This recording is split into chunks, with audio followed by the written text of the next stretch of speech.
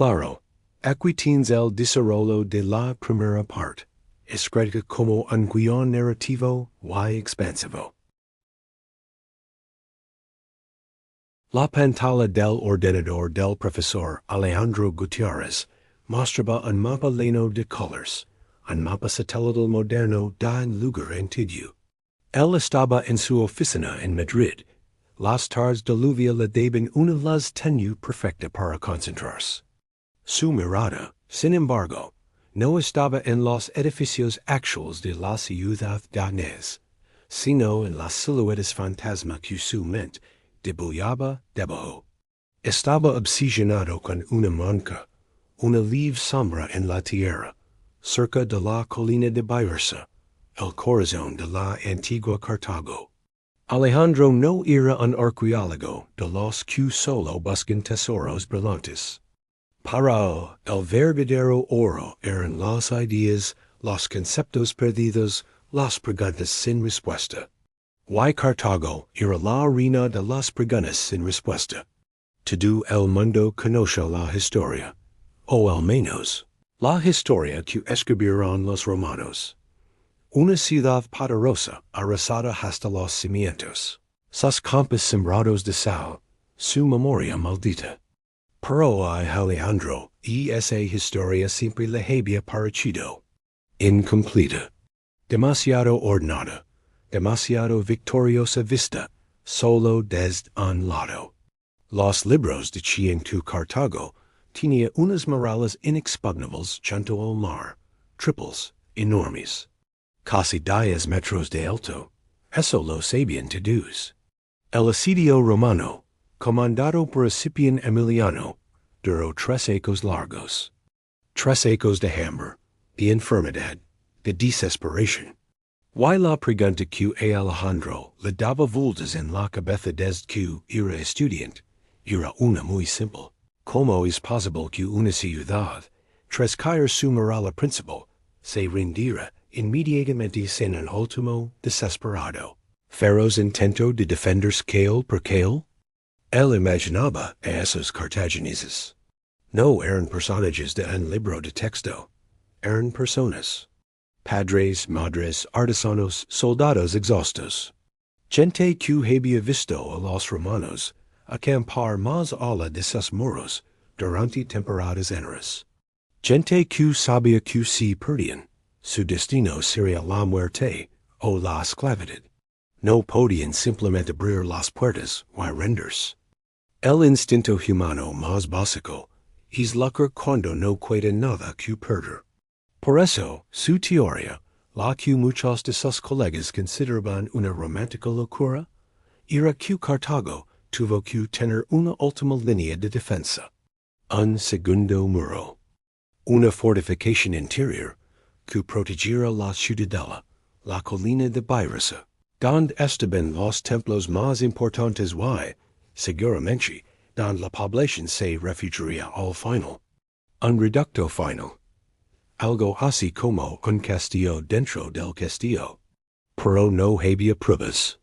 Los relatos romanos, como los de Appiano, hablaban de combates caballeros, sí, pero de forma vaga.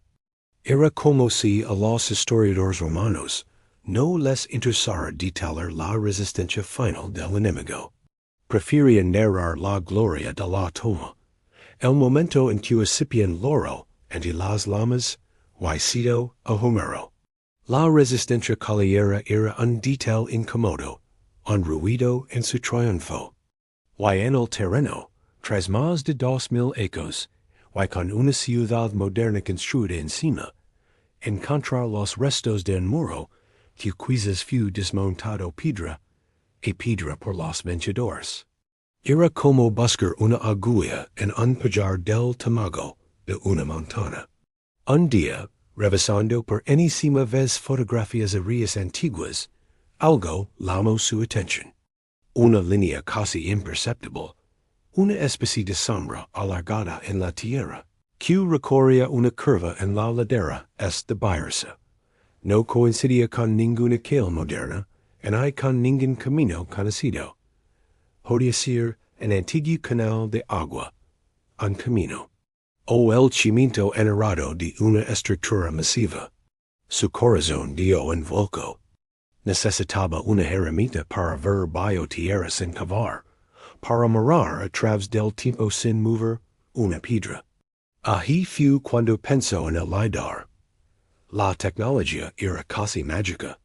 Un avión o un dron equipado con el láser podía sobrevolar un terreno, mediante melones de pulsos, crear un mapa topográfico de increíble precisión.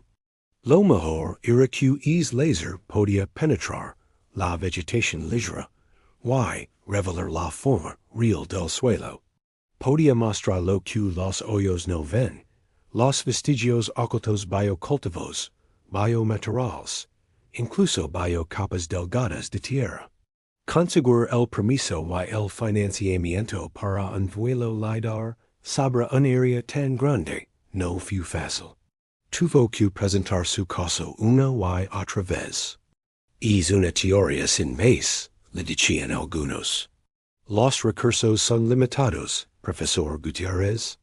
¿Por qué no los usamos en un yacimiento con resultados más seguros? Pero Alejandro era turco. Argumentaba que entender el final de Cartago era entender la psicología del asediado, la resistencia humana. Que un descubrimiento así cambiaría para siempre la interpretación de uno de los momentos clave de la historia antigua. Finalmente, después de meses de papeleo y reuniones, la autorización legal. Sería un vuelo con un dron de alta tecnología, más discreto y preciso que un avión. La misión se coordinaría con las autoridades tunecinas de patrimonio. Alejandro reunió un pequeño equipo de confianza. Marta, una brillante especialista en teledetección que sabía interpretar los datos crudos del LIDAR como si leyera un libro. Karim, un arqueólogo tunecino que conoce cada centímetro del terreno y que, al escoger la teoría de Alejandro, le brillaron los ojos. Mis abuelos siempre decían que esta colina guarda secretos que las piedras no quieren soltar, comentó Karim. Holo todos y benvenidos en vuestro canal. Hoy vamos a viajar en el tiempo una de las civilizaciones más fascinantes y poderosas de la antigüedad, Cartago. Durante siglos, los historiadores y arqueólogos han intentado descentrar todos sus secretos, pero parece que la antigua ciudad aún guarda sorpresas monumentales. Si les diré que una de sus estructuras más importantes ha estado oculta a plena vista todo este tiempo. Imaginen esto, estamos en la costa de Túnez, en el mismo lugar donde alguna vez se alza la orgullosa Cartago. Conocemos sus puertos, sus templos, y las historias de sus épicas batallas contra Roma. Pero un equipo internacional de arqueólogos, armados con tecnología del siglo XXI, acaba de hacer un descubrimiento que podría reescribir parte de su historia, usando una tecnología llamada LIDAR, que es básicamente un radar láser que puede ver a través de la vegetación y las capas superficiales del suelo. Han encontrado algo increíble. Lo que descubrieron fue una sección de muralla de casi 4 kilómetros de largo, con torres de vigilancia y un foso defensivo. 4 kilómetros, esta no es una pérdida cualquiera. Se trata de una estructura defensiva masiva de unos 10 metros de ancho, que protege el istmo que conectaba la ciudad con el continente. Esta muralla, conocida como la muralla de Agatorcles, se construyó a finales del siglo IV antes de Cristo, en un momento de gran tensión para Cartago. ¿Por qué es tan importante este hallazgo? Primero, porque nos da una idea mucho más clara de la escala y la sofisticación de las defensas cartagineses. No estamos hablando de una simple empalizada, sino de una obra de ingeniería militar impresionante, diseñada para resistir asedios prolongados. Las torres de vigilancia y el enorme foso demuestran un nivel de planificación estratégica que, Rivaliza con el qual potencia de la época, la tecnología LIDAR fue la clave. Est sistema montado en andron. Inicio millones de pulsos de laser sobre el terreno. Al medir el tiempo que tarda cada pulso en rebota. Los científicos pudieron crear un mapa tridimensional increíblemente detallado de la superficie. Este mapa digital elimina virtualmente los árboles. Los edificios modernos y la tierra acumulada durante siglos, revelando la silueta inconfundible de la muralla cuyocha de Bollo. Es como tener una visión de rayos X para la arqueología. Gracias a este mapa, los arqueólogos pudieron confirmar que las pocas ruinas visibles que antes se pensaban aisladas, en realidad formaban parte de esta gigantesca estructura continua. Es un ejemplo perfecto de cómo la tecnología moderna nos está permitiendo redescubrir el pasado de una manera que antes era imposible. Sin el LIDAR, esta muralla podría haber permanecido oculta durante muchos más siglos. Este descubrimiento también nos cuenta una historia sobre la propia Cartago. La construcción de una defensa tan formidable nos habla de una ciudad que se sentía amenazada, que necesitaba proteger su corazón económico y político a toda costa. La muralla no solo era una barrera física, sino también un símbolo del poder y la determinación de Cartago para defender su independencia frente a enemigos cada vez más poderosos, como los griegos de Siracusa y, por supuesto, la emergente República de Roma. Ahora, los equipos de arqueólogos tienen un mapa preciso para guiar futuras excavaciones. El siguiente paso será excavar secciones clave de la muralla, para estudiar sus técnicas de construcción en contra artefactos y, con suerte, entender aún mejor la vida de los soldados que la defendieron. Cada piedra desenterrada nos contará una nueva historia sobre esta increíble civilización. Este hallazgo nos recuerda que la historia no es algo estático, escrito en piedra. Siempre hay nuevos capítulos por descubrir, a menudo justo debajo de nuestros pies. Y con herramientas como el LIDAR, estamos entrando en una nueva edad de oro de la exploración arqueológica. Que otros secretos nos aguardan en Cartago o en otras antiguas ciudades del mundo? La respuesta está ahí fuera, esperando a ser encontrada. Muchas gracias por acompañarnos en este increíble viaje al pasado. Si te ha fascinado este descubrimiento tanto como a nosotros, no olvides darle me gusta, suscribir al canal y activar la campanita para no perder nuestras próximas aventuras históricas. Nos vemos en el próximo video. Ahora bien lo complicado, de yo Alejandro, rompiendo el hechizo. La emoción del hallazgo daba paso a la meticulosa planeación. No podían ligar con palos y picos a cavar en medio de la ciudad moderna. Necesitaban un permiso de excavación de urgencia, pero más que eso, necesitaban un plan infalible. El LIDAR les había dado el mapa del tesoro, pero ahora tenían que decidir dónde cavar el primer hoyo. Un error podría significar perder tiempo y credibilidad. Marta se convirtió en la estratega. Con los datos en 3D, empieza a crear modelos. No podemos atacar el muro en cualquier punto, explicaba, segalando la pantalla. Aquí, en este tramo, el modelo muestra que está justo debajo del jardín de una escuela. Imposible. Pero mirad aquí, en este punto, el LIDAR muestra una anomalía interesante. El terreno parece hundido de una forma muy particular, como si las piedras del muro hubieran colapsado hacia dentro, creando una depresión. Y coincide con un terreno vacío, un solo sin construir. Era un pedazo de tierra descuidado, lleno de maleza y escombros modernos. Pero estaba justo en la línea digital del muro. Era su mayor oportunidad. Karim, con su conocimiento local, se encargó de la diplomacia.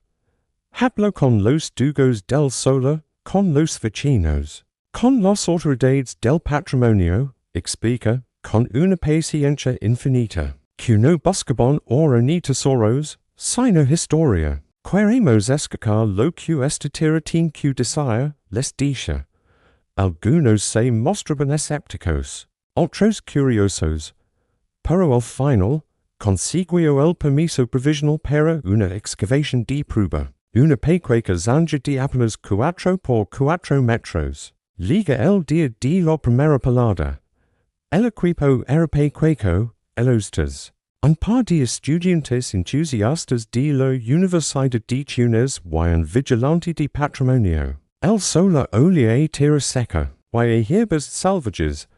Alejandro, con los manos ligeramente temblorosos, Marco con estacas y cordel. El cuadrado exacto que Marta había indicado. Por primera vez, la línea digital del LIDAR se converge en un rectángulo de tierra real bajo el sol africano. Karim fue el primero en tomar la pala. No era solo un gesto simbólico, era su tierra, su historia. La joya de metal se clava en la tierra con un sonido sordo. Los primeros centímetros fueron fáciles, tierra suelta, restos de basura moderna, trozos de ladrillo de construcciones recientes. El corazón de Alejandro se hundía un poco con cada palabra.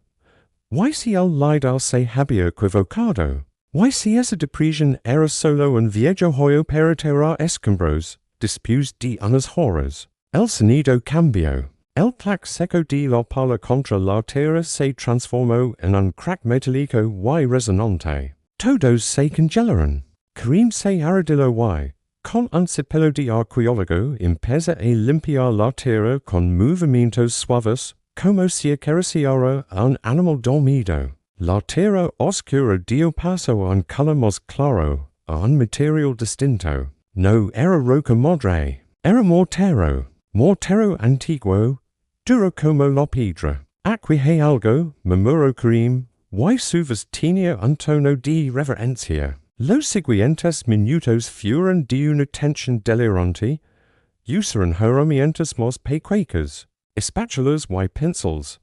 Poco a poco, bajo el mortero, apareció la primera piedra. Era enorme, de un corte tosco pero potente. Y luego apareció otra justo al lado. Y otra. Formaban una hilera perfecta, recta. Alejandro se deja caer de rodillas en la tierra, sin importar el polvo. Tocó la piedra con la punta de los dedos.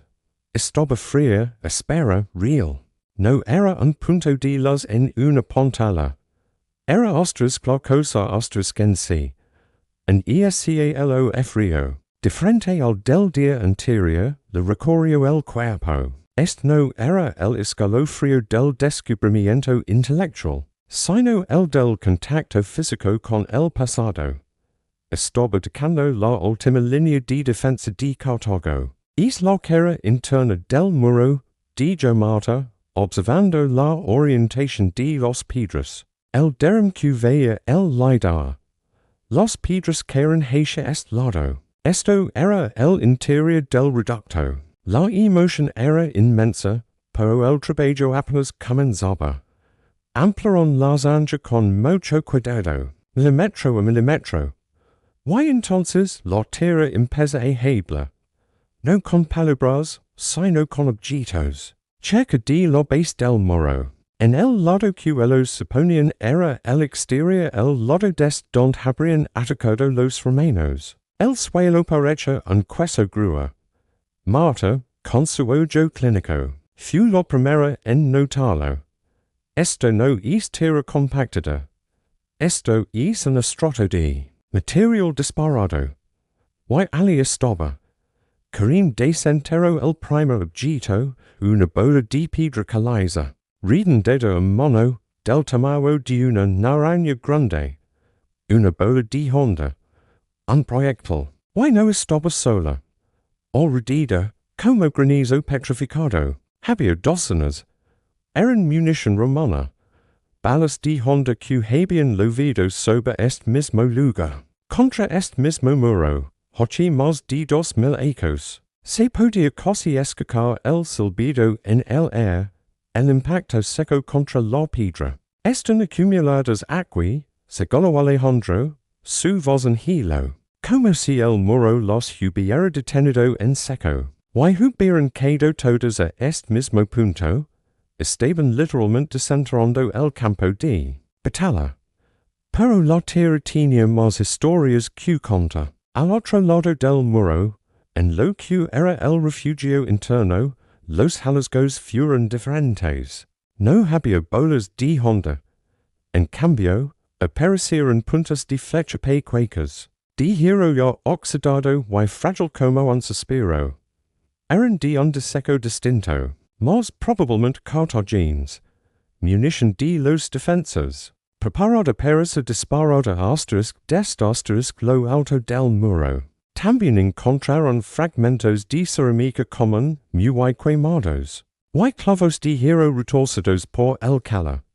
Y luego vino la copa más elocuente de todas, justo antes de llegar al nivel del muro. En todo el suelo aparece una línea oscura, negra como el carbón, que olía a tierra quemada incluso después de siglos. Era una copa de ceniza, carbón y tierra vitrificada por un calor extremo. Un incendio monumental. El incendio. Imagina esto. Dos arqueólogos, Alejandro y Karim, se paran frente a una anomalía en sus esconios. Los datos del LIDAR, la tecnología láser, suggerían algo grande, y no se equivocaron. Estaban mirando el último muro de Cartago, la muralla final que resistió el asedio romano. No era solo piedra, encontraron cenizas de los incendios que arrasaron la ciudad. Proyectiles de catapulta y puntas de flecha romanas, la evidencia del resultado final. La noticia explotó en Internet, creando un torbellino de emoción y escepticismo. Pero para el equipo, la verdadera historia estaba en los detalles. Descubrieron ánforas rotas, usadas desesperadamente para levar agua. Huesos de animales habidos hasta la última gota de nutrient y, lo más conmovedor, un simple brazalete de bronce. No eran solo artefactos, eran los susurros de un pueblo que luchó hasta el último aliento. Grudges. Por acompañarnos, no olvides describir para más historias asombrosas. Y se usan para cosa. No es un puesto militar, dijo Alejandro, su voz apenas un suspiro. Estaba de rodillas, observando el pequeño conjunto. Es un refugio familiar. Una madre, quizzes con sus hijos. Se refugiaron aquí, contra el muro, pensando que sería el lugar más seguro. El acoja. Intentaba arreglar algo. Tenía su lamparita. Y su brazalete, quizzes lo único de valor que pudo traer consigo. La imagen era desgarradora. Ya no vían soldados, vían una familia cargada en la oscuridad. Escuchando el estruendo de los máquinas de guerra y los gritos cada vez más cercanos. El muro no era solo una estructura defensiva. Era el último refugio de civiles aterrorizados. Fucrim quien encontró la prueba más dramática de la violencia final. En un rincón de los Anges, justo en la base del muro por el exterior. Su paleta metálica tocó algo diferente. No era piedra ni cerámica. Con sumo cuidado, desenterró una punta de asterisco pila asterisco. La lanza pesada y mortal de la infantería romana. Estaba doblada, como es habitual. Desiguada para no poder ser devuelta al enemigo, pero esta no estaba en el suelo. Estaba asterisco incrustada en una de las piedras de la base del muro, a media altura. Un romano, con toda su fuerza, la lanzó o la clava desde abajo, analiza Alejandro, tocando con un guante la marca que la puntadilla en la piedra. El asalto ya estaba aquí. Estaban al pie del muro. Esto ya no es bombardeo a distancia. Esto es combate cuerpo a cuerpo. La combinación de evidencias pintaba un cuadro insoportablemente vivido. El reducto no queda por hamba o por rendition. Que al asalto. Los Romanos. Tras quima la ciudad baja. Se balancearon sobre esta última muralla. Los defensas, desde arriba, les erigiban lo que tenían flechas, piedras, tolvas acit herviendo si les quedaba. Abajo, los legionarios, protegidos por sus escudos, intentaban escalar o derribar la puerta, clavando sus pilar en los juntas de los piedras para intenta trepar. El debía este espeso por el humo, el olor a sangre, a miedo, e muerte. La cobardicinis cubría todo dentro del reducto era el broche final. No era el fuego del avance, era el fuego de la aniquilación. Cuando los romanos finalmente irrumpieron, no tomaron prisioneros en ese lugar. O los defensas prendieron fuego a sus últimos refugios antes de morir. O los atacantes, cegados por la rabia de un asedio de ecos, incendiaron todo a su paso. El fuego carbonizó los últimos objetos, celular sino y, periódicamente, preserve para la eternidad el instante exacto del fin. Una tarde, mientras el sol se ponía y tibia de rojo la tierra de las Anjas, Alejandro se senta en el borde, mirando el caos ordenado de hallazgos. Yo no veía piedras y huesos, veía escenas. Imagina ese último día, le dijo a Karim, que estaba a su lado. El humo de la ciudad baja topa el sol. Desde aquí arriba, en el reducto, se deben ver los caos ardiendo. El sonido de los combates liga cada vez más cerca. La gente, miles, aposada en este espacio pequeño. Los soldados cartagineses, exhaustos, se distribuyen por la muralla. Las familias se agarran a lo poco que tienen. Se escuchan los órdenes en latín, cada vez más claros. Luego, el primer golpe contra la puerta. El crujido de la madera. El primer pilamasterisk que se clava en la piedra, justo ahí. Se coló la marca en el muro. Y luego, el derram. El griterio, el fuego, el silencio final. Karima Sincha, mirando la pequeña orgullo de hueso que tenían en una bolsa de evidencia. Ella lo sabía. Dijo, la mujer del brazalete, sabía que no había salida. Pero se quedó, y cosía y intento. Mantener a los suyos tranquilos hasta el último segundo. El muro ya no era una simple estructura. Era un monumento al instante final, un lugar donde el tiempo se detuvo violentamente. Cada copa de tierra, cada objeto carbonizado, contaba una fracción de segundo de ese instante. Y ahora, gracias a la terquedad de un arqueólogo, a la precisión de un láser y al cuidado de unas manos que separaron la tierra con respeto, ese instante volvía a respirar. La polémica con los escépticos seguía en los periódicos, pero Alejandro ya no le importaba. Él tenía algo mayor que tener la razón. Tenía la historia, cruda, real y humana, bajo sus pies. Y ahora, su deber ya no era solo demostrar que el muro existía, sino contar la historia de los que murieron detrás de él.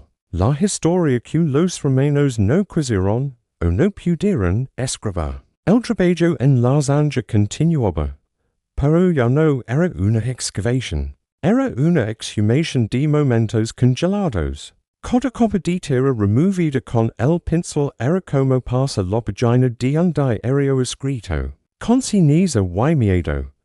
Pero Alejandro sabía que para entendermente lo que sucedía en ese último reducto necesitaban ver el cuadro completo. Necesitaban saber cómo era Cartago en sus últimos instantes, cale por cale, cosa por cosa. Fue entonces cuando Marta propuso algo ambicioso. Tenemos los datos LIDAR de toda la colina. Dijo, extendiendo planos virtuales en su ordenador. Hasta ahora solo nos hemos centrado en la línea del Muro. Pero estos datos Son como una radiografía de toda la ciudad en el año 146 AC. Podemos intentar reconstruirla, no con adivinanzas, sino con lo que el terreno nos dice. La idea era arriscada. El LIDAR mostraba los microelevations y hundimientos del suelo, los cimientos invisibles. Podían identificar donde había habido un edificio sólido de piedra, una cosa más modesta, una calle, una plaza. Usando un software especial. Y cruzando los datos con lo poco que se sabía de la arquitectura cartaginesa. Podrían crear un modelo 3D de la ciudadela asediada. Un mapa del apocalipsis. Durante semanas, el equipo se dividió. Karim y un par de estudiantes siguieron en las años, extrayendo con delicadeza los últimos objetos de la familia del rincón. Alejandro y Marta se inserieron con los informáticos, alimentando el software con millones de puntos de datos. Poco a poco, en la pantalla, comenzó a nacer una Cartago fantasma. No era la ciudad esplendida de los tiempos de paz. Era una ciudad transformada por la guerra. Los algoritmos identificaron grandes estructuras rectangulares cerca de la cima. Los almacenes de grano, probablemente vacíos al final. Vieron los terrazos artificiales de la colina. Ahora no para jardines, sino para apagar refugiados. Y vieron, con claridad escalofriante, como los calles principales que subían desde la ciudad baja terminaban abruptamente. Contra la línea brillante y digital de la muralla interior, era un colín sin salida literal. Un embudo de la muerte. La revelación más impactante liga cuando superpuso en el plano de la muralla interior. Con los datos de las estructuras internas. El muro no corría por un espacio vacío. En muchos tramos, estaba construido literalmente pegando a las paredes traseras de las casas más exteriores.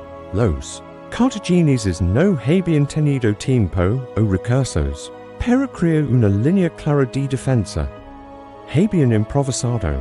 Habían tomado las manzanas de casas más externas y las habían fortificado, uniendo sus paredes con mampostería de agencia, tapiando sus ventanas, creando una barrera desigual, y desesperado base de lo que tenían a mano. Esto cambia todo, murmuró Alejandro, observando la reconstrucción en 3D que giraba lentamente en la pantalla. No fue una muralla elegante, fue un acto de supervivencia pura. Incorporaron sus propias cosas al sistema defensivo. Defendían sus hogares, literalmente. Pero el modelo también reveló algo sombrío sobre la estrategia romana. Al identificar los puntos donde la acumulación de proyectiles siguen sus cálculos, basados en la densidad de hallazgos en la zanja aramea, el software marcó dos zonas del muro digital, con un color rojo intenso. Eran los puntos más débiles, donde el terreno permitía un mayor acceso. Los romanos no habían atacado a lo largo de toda la muralla. Habían concentrado su fuerza brutal en esos puntos débiles, como un martillo golpeando repetidamente en la misma grieta. Una de esas zonas de máximo ataque coincidía casi exactamente con la ubicación de su zanja. No era una casualidad. Su pequeño solo era uno de los epicentros del infierno final. Fue entonces cuando decidieron que tenían que ver al nivel de la calle, o lo que quedaba de ella. Con las coordenadas precisas del modelo, abrieron una nueva y pequeña sonda de excavación justo al exterior del muro digital, en lo que el software identificaba como el comienzo de una calle, que ascendía desde la ciudad baja. Aquí, la tierra contaba otra historia. No encontraron el suelo firme de una calle empedrada. Encontraron un caos, una copa gruesa de casi medio metro de escombros, tillas rotas, ladrillos quemados, vigas carbonizadas y piedras de todos los tamaños. No era basura, Era el derum de los edificios de la primera línea. Aquellos que habían sido incorporados a la muralla y que fueron derribados a martillazos. Riots y fuego. Y entre es caos, crimen contra la evidencia más personal y brutal hasta el momento. Con mucho cuidado, desprendía un trozo de yeso cabalizado de un montón de escombros. Al dar la vuelta, contuvo la respiración. En la parte posterior, la que habría estado en la pared interior de una casa, había una marca. La huella clara, en negativo, de una pequeña mono. No era un grabado. Era la sombra de una mono que tocó la pared recién enyesada, quizzes de un nigo. Dejando una leve impresión que el fuego posterior cocheo para la eternidad. Esta pared era de una de las cosas. Dijo cream suvos quebrada. La cosa que usaron para hacer la muralla. Alguien vivía aquí. Un nigo puso su mono aquí, cuando el yeso estaba fresco. Alejandro tomó el fragmento con manos que casi temblaban. La huella era pequeña inocente. Un gesto cotidiano en una cosa que, poco después, se convertiría en el frente de batalla. Era el vínculo más directo y desgarrador que habían encontrado con una persona individual. Por un instante, el tiempo se colapsó. No estaban mirando una marca antigua, estaban viendo el gesto de un nigo, con nombre y apellidos desconocidos, en el lugar donde todo se iba a terminar. Esa noche, en el modesto apartamento que usaban como base, el ambiente era extraño. Tenían éxito, los datos fluían, el modelo era revolucionario. Pero el peso emocional de lo que estaban descubriendo empezaba a ser abrumador. Ya no eran arqueólogos estudiando una batalla. Eran testigos de una masacre. Alguna vez te preguntas, si deberíamos dejar las cosas en paz? Preguntó Marta, de repente, mirando una fotografía de la huella de la mono. Si al desenterrar todo esto, estamos profanando su último momento. Alejandro suspiró, pasando una mano por el rostro cansado. Lo he pensado muchas veces, pero creo que ellos querían que superamos que no se rindieran, que lucharan, que aquel nigo, según la foto, y su madre con el brazalete, y el soldado que lanzó la última flecha existieron, y que su final fue terrible, pero no fue insignificant. Los romanos borraron su ciudad, pero no pudieron borrar esto. Nosotros estamos encontrando su grito. Y un grito, por muy antiguo que sea, merece escuchado. Queremos sentir con fuerza. En mi cultura, se dice que los muertos no descansan hasta que su historia es contada. Nosotros, digo, segalando los planos y los calles de objetos, estamos contando su historia. La verdadera, no la de los vencedores. Al día siguiente, con una determinación renovada, integraron todos los hallazgos. La huella de la mano, la punta de pilum incrustada, las bolas de honda, los huesos hervidos, la agulla de cosa. Todos fueron colocados como piezas en el inmenso mapa 3D de la ciudad agonizante. Ya no era un modelo arquitectónico, era un mapa del dolor, del valor y de la resistencia. Podían ver, casi minuto a minuto, la secuencia final. La que el exterior convertida en un mar de escombros por el bombardeo romano. El asalto concentrado en los puntos débiles de la muralla casa.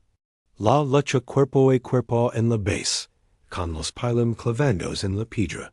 El colapso del muro improvisado. Y el incendio final que carboniza los objetos íntimos y dejo, en un trozo de yeso, el último y frágil recuerdo de una vida normal. Habían legado más lejos de lo que Alejandro sonó. No solo habían encontrado un muro. Habían reconstruido sus últimos días, ladrillo a ladrillo, lágrima a lágrima. Y ahora tenían una responsabilidad mayor q publicar un paper academico. Tinian q contra esta historia al mundo, con toda su crudeza, y con todo su respeto. La historia no de cómo murió Cartago, sino de cómo vivió y luchó, hasta su último y desesperado aliento. El modelo digital de la Cartago asediada estaba completo. En la pantalla era un espectáculo a la vez fascinante y desolador. Se podía volar virtualmente sobre la colina de Baira, y ver, con una precisión escalofriante, la mancha oscura del incendio, avanzando desde la ciudad baja. El anillo irregular de la muralla interior, hecha de casas fortificadas, y los dos puntos rojos brillantes, donde se concentraba la furia del ataque final. Pero para Alejandro, Marta y Karim, es modelo ya no era solo un logro técnico. Era un memorial. Y un memorial necesita ser presentado con dignidad. La preparación para la conferencia de prensa y la presentación oficial ante la comunidad académica internacional fue meticulosa. No querían sensacionalismo. Querían respeto. Pasaron días eligiendo las palabras, seleccionando las imágenes, decidiendo cómo mostrar la huella de la mano del niño, o el brazalete carbonizado, sin convertirlos en simples objetos de museo. Eran las pruebas de vidas truncadas, y había que tratarlas como tales. El gran día llegó. El auditorio estaba lleno. Había periodistas de medios importantes, embajadores, académicos de prestigio, con expresiones que iban desde la curiosidad hasta el escepticismo declarado. En la primera fila, algunos de los escépticos más vocales, los textualistas, cruzaban los brazos expectantes. Alejandro, con unas sencillas que sorprendió a muchos, comenzó no con una afirmación triunfal, sino con una pregunta. ¿Qué es un ser humano, o una comunidad, cuando sabe que todo está perdido? ¿Se rinde? ¿Hay? ¿O planta los pies en el último pedazo de tierra que le queda, y dice hasta aquí? Luego, sin más preámbulos, proyectó la primera imagen, la pantalla del LIDAR con la línea geométrica perfecta, emergiendo del caos de puntos. Explicó el proceso, la duda, la esperanza. Y entonces, pasó a la primera foto de la zanja. La piedra tosca, recién desenterrada. El silencio comenzó a adornarse de la sala. Few querían quien tomó la palabra para presentar los hallazgos humanos. Con una calma solemne, mostró las fotos de las bolas de Honda acumuladas. Esto no es teoría. Son los proyectiles que les lanzaron. Aquí, en es punto exacto. Luego, la punta de pilum de plata y incrustada a piedra. Una ola de murmullos recorrió el auditorio. La evidencia de violencia extrema era irrefutable. Pero el momento que quebró la atmósfera puramente académica fue cuando Marta, con su voz clara, presentó los pequeños objetos. La lámpara rota, la agulla de hueso, y finalmente, la imagen en primer plano del fragmento de yeso con la huella de la mano pequeña. Ampliaron la foto hasta que la marca de los dedos, las líneas de la palma, llenaron la pantalla gigante. Un silencio absoluto, pesado, se apoderó del lugar. Algunas personas entre el público bajaron la mirada. Unos periodistas dejaron de tomar notas. No estamos hablando de estrategias militares o de dataciones por carbono, dijo Marta, su voz ligeramente temblorosa. Estamos hablando de personas. De una madre que coja en la oscuridad. De un niño que toca una pared. De familias que convirtieron sus hogares en un muro. Esto es lo que defendían. No un concepto abstracto de ciudad. Esto, finalmente, Alejandro mostró la reconstrucción 3D final. La ciudad fantasma cobró vida en la pantalla. Señaló como las calles terminaban contra el muro. como las casas se integraban en la defensa, como los puntos de ataque romano coincidían con las zonas más débiles. No era una presentación, era un viaje en el tiempo al minuto final. Cuando la simulación mostró, de manera hipotética pero basada en los datos, el avance del incendio sobre el reducto, pintando de rojo y negro el modelo, hubo un audible suspiro colectivo. Al terminar, no hubo aplausos inmediatos. Hubo un momento de silencio respetuoso, casi incómodo. Luego, los aplausos llegaron, firmes, sinceros. Pero lo más importante vino después, en la ronda de preguntas. El nos célebre de los escépticos, un historiador romano de gran reputación, tomó el micrófono. Todos pintuvieron el aliento, esperando un ataque frontal. El hombre miró a Alejandro, luego a la pantalla donde se veía la huella de la mano, y sorprendió a todos. Professor Gutierrez comenzó convers grave. He dedicado mi vida a estudiar a Scipión Emiliano y los fuentes romanas, sin per que continuan la verdad completa. Hoy usted no ha refutado esas fuentes. Les ha dado contexto. Les ha dado humanidad. Nos ha mostrado astros contra que astros luchó realmente Scipión, no contra un enemigo abstracto, sino contra el valor desesperado de personas que defendían sus vidas. Usted no ha cambiado los hechos de la historia. La ha devuelto el alma. Fue la validación más poderosa que podían recibir. No se trataba de quien tenía razón, sino de que la historia, por fin, estaba completa. Los días siguientes fueron un torbellino. Los medios globales se hicieron eco. Documentalistas llamaron a la puerta. El solo de la excavación, antes un terreno vacío, se convirtió en un lugar de peregrinación silenciosa. La gente venía, miraba los años ahora protegido por una lona, y se iba en silencio reflexiva. Pero el equipo, sin embargo, el trabajo entraba en una nueva fase. Más tranquila pero igual de importante, la de la conservación y la divulgación responsable. Los objetos fueron meticulosamente catalogados y llevados al Museo de Cartago, donde se prepara una sala especial. No se llamaría el tesoro del último Muro. Se llamaría Cartago 146A, sí, los últimos días. La estrella de la exposición no sería una joya, sino el fragmento de yeso con la huella. Lo pondrían en una vitrina, sola, con una luz tenue, para que el visitante tuviera que acercarse y contemplarla, sintiendo la intimidad abrumadora de ese contacto a través del tiempo. Una tarde, poco antes de que Alejandro tuviera que regresar a Madrid, los tres estuvieron juntos en el solo por última vez. La zanja estaba cubierta con un geotextil protector, esperando futuros estudios. El lugar parece otra vez dormido. Parece que todo ha vuelto a la calma de Marta. No. Corrigió Karim, mirando el suelo. Nada volverá a ser igual. Es terreno ya no es un sola. Es un lugar sagrado. Lo sabemos nosotros.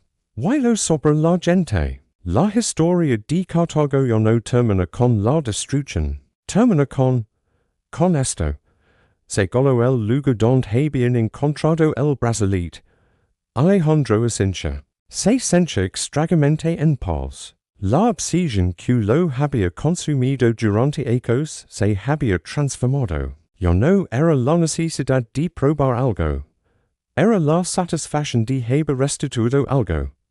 Habían devuelto la voz a los vencidos. Y al hacerlo, habían cambiado la narrativa de uno de los eventos más famosos de la antigüedad. Ya no era solo la gloriosa victoria de Roma.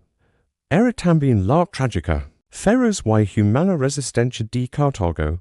¿Sabías que es lo más importante que hemos encontrado? Preguntó Alejandro mirando a sus dos compañeros.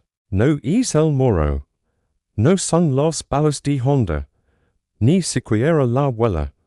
Los otros dos lo miraron. Curiosos, hemos encontrado el límite, continue. El límite exacto donde el instinto de supervivencia se transforma en puro valor, donde el miedo se convierte en determinación. Es límite no estaba en un libro, estaba aquí enterrado, esperando que alguien con la tecnología adecuada y, sobre todo, con la curiosidad de mirar más allá de lo obvio, lo encontra. Se dieron la mano, un apreten fuerte, cargado de un respeto mutuo que solo nos dejaba compartido un viaje así. Se despidieron, sabiendo que esto no era un final, sino un punto y aparte. Y su historia, ahora contada, empezaba a vivir una nueva vida en la memoria del mundo. Alejandro me hecho la colina de Biasa una última vez. Ahora, cuando la veía, no veía solo una colina en tunes. Veía el reducto. Veía las cosas convertidas en fortaleza. Veía en la madre con el brazalete, al niño que deja su marca, al soldado que lanzó la última flecha. Ya no eran fantasmas, eran presentios. Y el eco de su último aliento, silenciado durante siglos, ahora resonaba, claro y fuerte, en el viento que venía del mar.